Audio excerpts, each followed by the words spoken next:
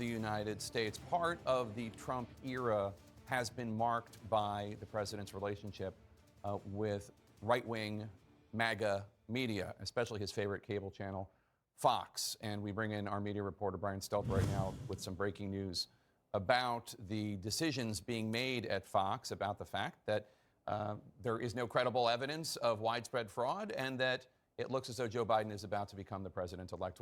Brian, what are you learning?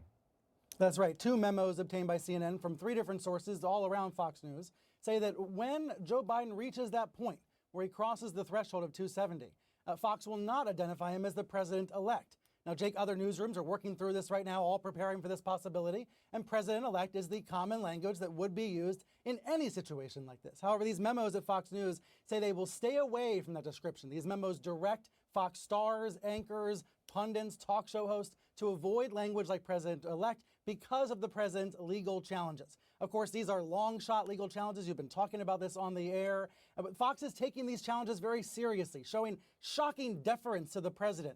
After 25,000 false and misleading claims from this president, Fox still assumes he's telling the truth. They're promoting voter fraud innuendo, they are denigrating cities like Philadelphia, and they're treating these long-shot lawsuits, these toothless suits, like they are serious pursuits. It is troubling because Fox's coverage influences tens of millions of people who ultimately are misled, including, Jake, the most important viewer of all, the President of the United States. And Brian, just to clarify, though, they do anticipate that they will call one of these states that we're watching, Pennsylvania, Arizona, Georgia, Nevada, and they will project 270 electoral votes, at least for Joe Biden. They just won't call him president-elect because of these rather frivolous lawsuits?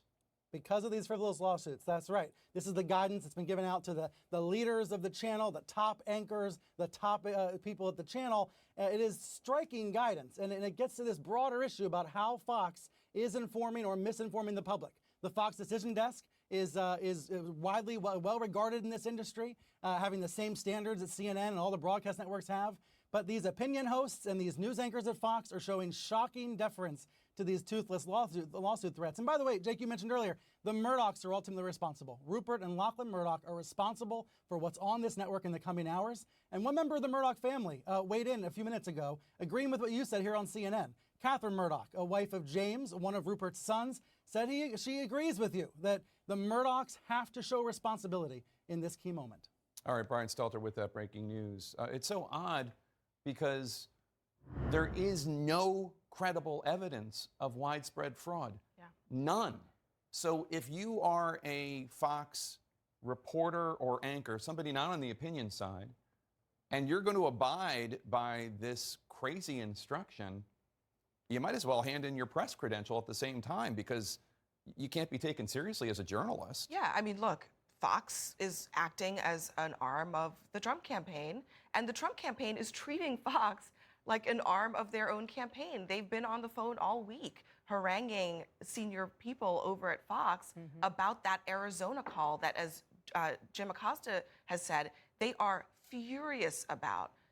The Trump campaign wants Fox to get in line, and it sounds like, based on Brian's reporting, that they are getting in line. I think you're exactly right, Abby. I wonder if this would have gone out, this memo, had the president and all of his family members and aides not completely freaked out on Fox for calling Arizona. Because from everything I'm hearing, and we're seeing it on the air, there is despite what some commentators have said on the air, the reporters have galvanized behind that call, saying that they feel confident in it. And sounds like they're bowing to pressure from the president. There's no other way to put it.